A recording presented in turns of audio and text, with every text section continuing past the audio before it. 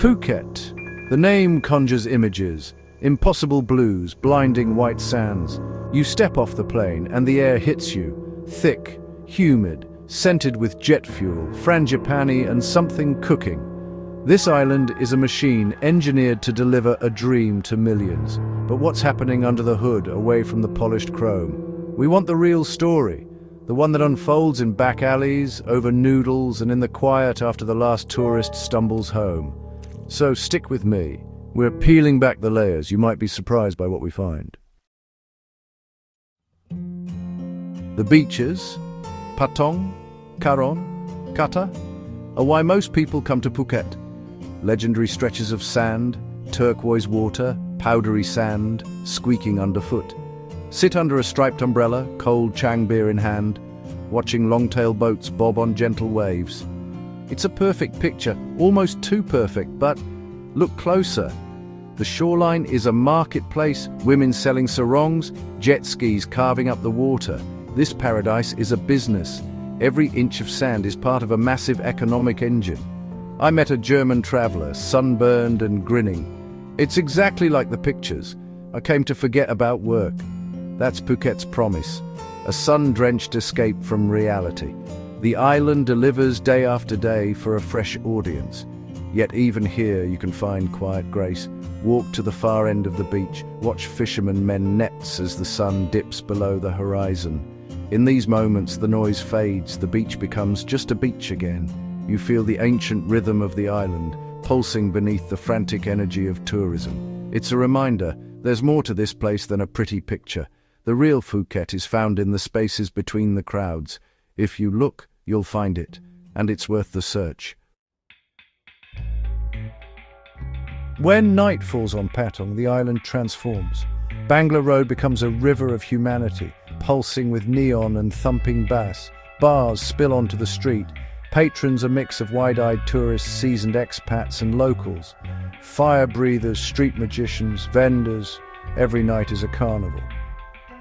I ducked into a small bar. Lek, the bartender, poured me a whiskey. It's crazy, yes? Every night. Same but different. People come here to be free, to shed their skin for a week. But nightlife isn't just chaos. Away from Patong, Phuket town offers jazz clubs, rooftop bars and quiet pubs. Here the night is about connection, not losing yourself in noise. Phuket's after-dark identity isn't monolithic. There are many nights to be had, if you know where to look.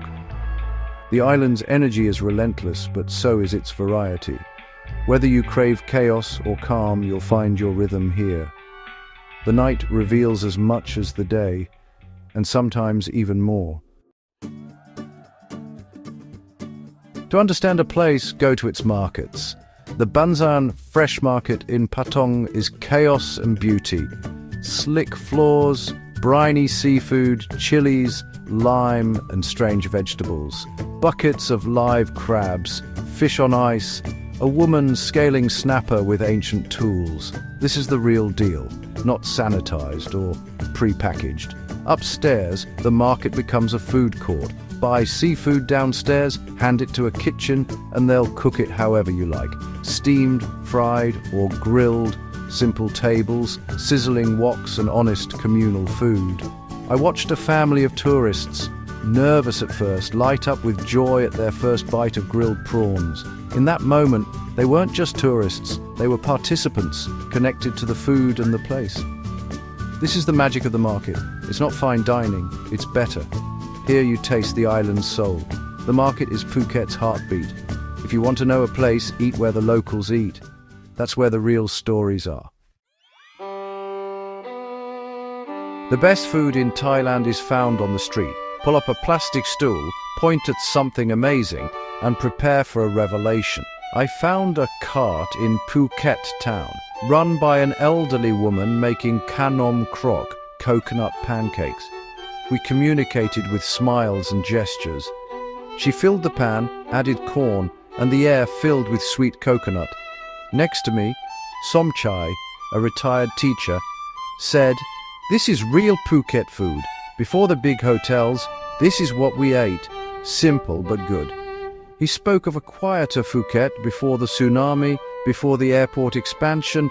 Good for money, but something is lost. The heart is quieter. Development brings jobs, but erodes something essential. Somchai wasn't bitter, just philosophical. We must share our home, but remember who we are. Profound words delivered over coconut pancakes on a dusty street. This is where you find the truth. The soul of Phuket is served on a plastic plate, and it's delicious. You can't tell Phuket's story without mentioning the sex industry. It's visible, woven into Patong's nightlife. Go-go bars, neon signs, older Western men with younger Thai women. It's a reality that's both blatant and complex. For many women, it's a job, a calculated decision in a country with limited opportunities. They send money home, support families, build futures. To paint them as simple victims denies their agency. I spoke with a British expat. It's not pretty, but it's part of the ecosystem. The money flows through the whole economy. The woman at the fruit stall, the tuk-tuk driver, the landlord, they all get a piece. It's all connected. The social impact is undeniable. It shapes perceptions, creates tension, and brings economic windfall. Communities grapple with the consequences even as they benefit. It's a paradox at the heart of modern Phuket. A beautiful island selling a dream while catering to a much darker fantasy. It's uncomfortable, but it's the truth. To ignore it is to be dishonest, and honesty is what this story demands. There is another Phuket, far from the crowds and neon. Head north into the island's green interior. Lush hills, rubber plantations, quiet villages. The air is cleaner, the noise replaced by birdsong. Here, life moves at a slower, traditional pace. Kids walk home from school, families gather on porches, monks chant in small temples. I stopped at a roadside shack for coffee. The old man serving me had lived here his whole life. Tourists. Sometimes they drive by, they don't stop. This is not the Phuket they come to see. No resentment, just fact. This part of the island is a glimpse of what Phuket was before the world discovered it.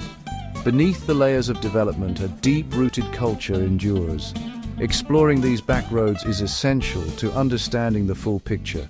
The soul of the island hasn't been sold off, it's just hiding in plain sight.